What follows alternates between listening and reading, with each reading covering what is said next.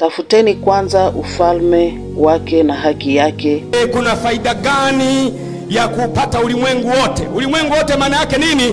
Kuna faida gani ya kupata kinachotokana na mifumo ya dunia yote ukapata hasara ya nafsi yako?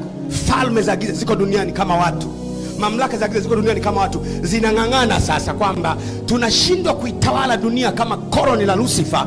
Shalom. Mathayo 6 shairi yake ya 33 itasoma katika jina la Yesu Kristo. Bali tafuteni kwanza ufalme wake na haki yake, na hayo yote mtazidishiwa, ni neno la Bwana.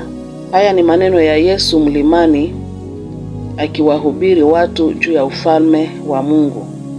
Bali tafuteni kwanza ufalme wake. Yesu anatukumbusha kuwa tunapaswa kuweka ufalme wa Mungu kama kipaumbele katika maisha yetu. Wokovu wa mwanadamu ndiyo priority ya Mungu, kiwango ya kutoa Kristo mwana wake kwa ajili ya wokovu wetu. Kukubali kazi ya msalaba ni kipaumbele ya Mungu wetu. Kwa kutafuta Mungu wakati angali anaweza kupatikana, kwa maana kuna siku utamtafuta na hautaweza tena kumpata. Chunga hii connection pamoja na Mungu. Elewa na kukubali mapenzi ya Mungu. Jitolee kwa kazi za ujenzi wa ufalme wa Mungu kwa njia ya kumtii. Tafuta ufalme wa Mungu na haki yake. Haki hii ni maisha yanayokubaliwa na Mungu, ambayo yamejengwa juu ya tabia na mwenendo mzuri, juu ya ukweli na upendo. Kutafuta haki kwako na kwa wengine kwa njia ya kumsaidia yule anayehitaji msaada kwako, kwa njia ya kuwatendea mema watu wengine, maana Mungu ni mwema. Yesu anasema tunapotafuta ufalme wa mbinguni na haki yake, na mengine tutazidishiwa, na mambo mengine ambayo tunayohitaji katika maisha yetu hapa duniani, kama vile chakula, kama vile mavazi na mahitaji mengine, nyumba na kadhalika, yatatolewa kwetu. Hii ni ahadi ya Mungu kutunza na kushughulikia mahitaji ya wote wanaotafuta ufalme wa Mungu na haki yake. Na ndio msingi wa imani, kumtafuta Mungu kwanza. Mtafute Mungu kwanza na mengine yataongezeka. Hii ndiyo inahitajika katika imani yetu. Hata kwa nafasi nyingine alisema yeye mwenyewe anajua kuvika majani, anajua kutunza ndege. Ninyi watu ni zaidi ya majani anayovika na maua mazuri. Ninyi watu ni zaidi ya ndege ambao analisha. Hivi tutafute kwanza ufalme wa Mungu na haki yake, na mambo mengine atayazidisha. Kwa hiyo shetani wapumziki, usiwaze wanapumzika. Tangu Yesu alipotoka duniani jamaa anapigwa. Kwa hiyo sasa shetani mwenyewe Lucifer, ni mapenzi ya shetani, anageuka na kuwa mtu, anahamisha makao makuu yake ya kilucifer kutoka ulimwengu wa roho kuzimu, anahamia duniani. Biblia inasema kwamba najua ya kwamba mpinga Kristo yuaja, na wapinga Kristo wamekwisha kuwapo duniani. Kuna faida gani ya kupata ulimwengu wote? Ulimwengu wote maana yake nini? Kuna faida gani ya kupata kinachotokana na mifumo ya dunia yote ukapata hasara ya nafsi yako? Na falme za giza ziko duniani kama watu, mamlaka za giza ziko duniani kama watu. Sasa hivi mwanaume na mwanaume wanafunga ndoa kanisani, na ukiwapinga umepinga haki za nini? Haki za nini? Za pepo zilizobatizwa kuwa za binadamu.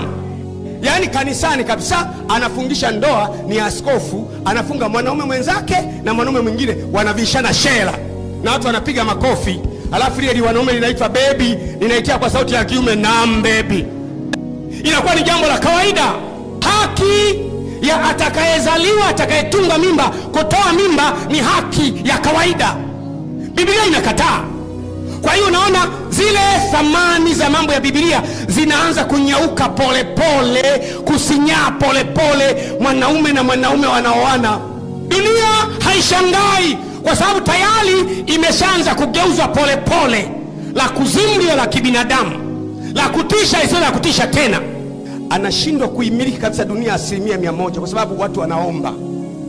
Ni jambo zuri kweli ndugu zetu Waislamu kumwomba Mungu. Ni jambo zuri kweli wa Kristo kumwomba Mungu. Yale maombi wanayoomba imemzuia Lucifer kuimiliki dunia. Ndiyo maana ile Yohana sura ya 1 mstari wa 6, palitokea mtu ametumwa kutoka kwa Mungu.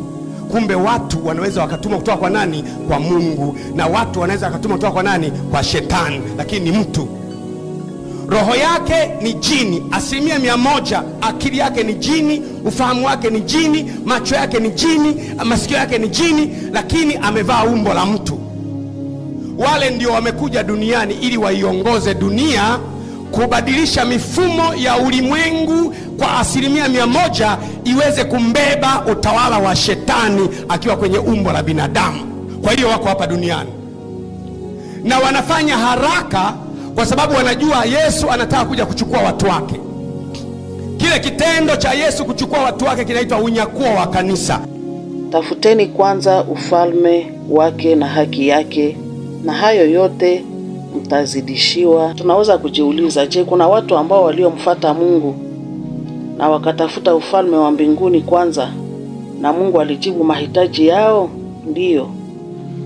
Kwa mfano, Mfalme Sulemani katika Agano la Kale. Sulemani alikuwa mwana wa Mfalme Daudi na alifanya maamuzi magumu baada ya ufalme wa baba yake. Ukisoma Wafalme wa Kwanza sura ya 3 aya ya 5 hadi ya 14, Mungu alimkaribisha Sulemani katika Gibeoni na kumwambia aombe chochote atakachotaka. Sulemani badala ya kuomba utajiri, badala ya kuomba nguvu au maisha marefu, Sulemani alimwambia Mungu kwamba anahitaji hekima ili aweze kuongoza watu. Mungu alifurahishwa na ombi lake. Alimpatia hekima aliyomuomba, akampa na utajiri mkubwa sana, akampa na heshima zaidi kuliko watu wengine wote. Hii ni mfano mzuri wa jinsi Yesu anavyotuambia tuweke kwanza ufalme wa Mungu na atatubariki. Je, ingelikuwa ni wewe Mungu anauliza uombe chochote, ungeliomba hekima badala ya kuomba utajiri? Ungeliomba hekima badala ya kuomba heshima ya watu unaowaongoza? Mfano wa pili ni Abrahamu. Katika Mwanzo sura yake ya 12, Mungu alimwagiza Abrahamu aache nchi yake na kwenda nchi ya ahadi.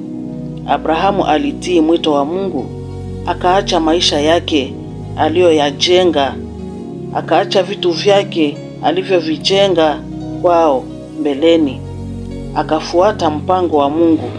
Hii ilimletea baraka nyingi katika maisha yake, pamoja na ahadi ya Mungu kwamba atakuwa baba ya mataifa wengi. Na leo Abrahamu angali anasemeka katika historia ya watoto wa Mungu. Abrahamu alionyesha ya kwamba alitafuta kwanza mpango wa Mungu, alitafuta kutimiza mapenzi ya Mungu, na Mungu alimuongezea baraka nyingi. Abrahamu alikuwa na vitu vingi sana. Mfano wa tatu ni Musa. Ukisoma Kutoka sura ya 3, Mungu alimtokea Musa katika kichaka kilichokuwa kikiwaka moto, lakini hakikuteketea, na hapo Mungu alimuita. Musa alijitolea kwa kuongoza Waisraeli kutoka utumwa wa Misri. Mulikuwa changamoto nyingi. Musa alitafuta utukufu wa Mungu na haki yake, na Mungu alijibu kwa kuwaongoza Waisraeli kwa maajabu makubwa. Mahali ambako kulikuwa vizuizi ili wasiweze kuvuka, Mungu alionyesha maajabu yake. Alijishughulisha na mambo yote yaliyokuwa changamoto katika safari ya Waisraeli.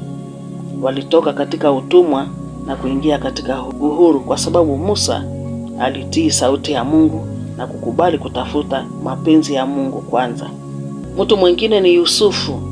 Hadithi ya Yusufu tunaijua vizuri.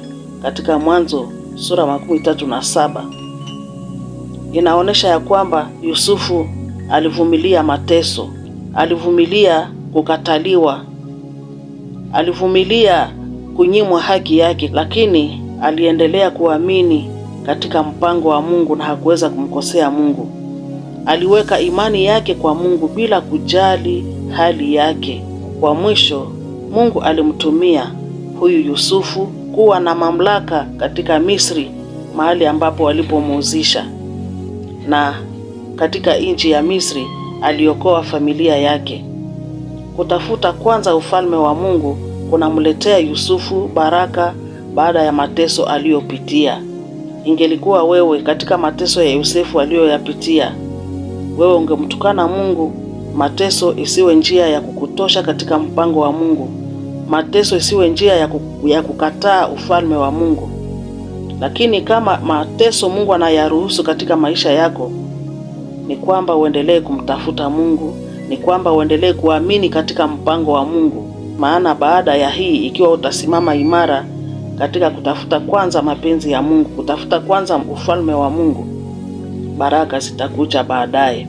Mifano hii yote nimeisema ili kuonesha kwamba wakati tunatafuta kwanza ufalme wa Mungu tunapata baraka. Tunabarikiwa katika njia zote tusizozifikiri kama ni baraka. Mungu anatoa mwangaza na hekima kwa wale wote wanaotafuta ufalme wa Mungu na haki yake. Katika maisha ya wanadamu ni muhimu kuweka kipaumbele, priority katika kutafuta Mungu. Wokovu aliouleta ndani ya Kristo tukubali, maana hii ni kipaumbele ya Mungu ili mwanadamu apate wokovu katika Kristo na kuendeleza haki ya Mungu. Kutegemea ahadi za Mungu kuhusu mahitaji yetu. Mungu anajua hii kuwa tuna changamoto ya kusumbukia sana mambo ya mwili, ya kusumbukia tutakula nini, tutavaa nini. Na Yesu alisema mtafute kwanza ufalme wa mbinguni. Mimi Mungu ninajua ya kwamba mnahitaji yale. Mkitafuta kwanza ufalme wa mbinguni na haki yake, na mimi ninawaahidi ya kwamba nitawapatia hivi vitu vyote. Mungu anajua hii kuwa tuna changamoto hii ya kusumbukia sana mambo ya mwili na kusahau ufalme wa mbinguni. Kwa hivyo Yesu anasisitiza tujiweke kando ya maulizo ya kidunia, bali tuyabebe kwa Mungu. Hii sio kusema hatutafanya kazi duniani, tutafanya kazi, na Mungu anasema sasa tuweke hiyo kazi tuimwachie ili naye aweze kubariki kazi ya mikono yetu. Mungu hajasema tusifanye kazi, ila anataka tusifikiri sana juu ya kazi na kusahau ufalme wa mbinguni. Mungu atusaidie kutafuta kwanza ufalme wa mbinguni na tutaona akibariki kazi zetu. Tulishe maisha yetu na mambo ya kiroho ambayo yana maana na yanadumu milele. Asante ndugu kwa kuweza kufuata video hii. Mungu aweze kukubariki na Mungu aweze kukusaidia kutafuta ufalme wa Mungu na haki yake, na yeye anatuahidi ya kwamba atajihusisha na mahitaji yetu mengine. Asante. Share video yetu kwa watu wengine. Gusa kidole cha kupenda kwa kusaidia mtandao kutuma video yetu kwa watu wengine. Ikiwa hauja subscribe, hauja jiabone kwenye channel yetu, tunakuomba uweze kujiabone ili uwe mmoja wa jamaa letu, mhubiri na mshauri. Asante.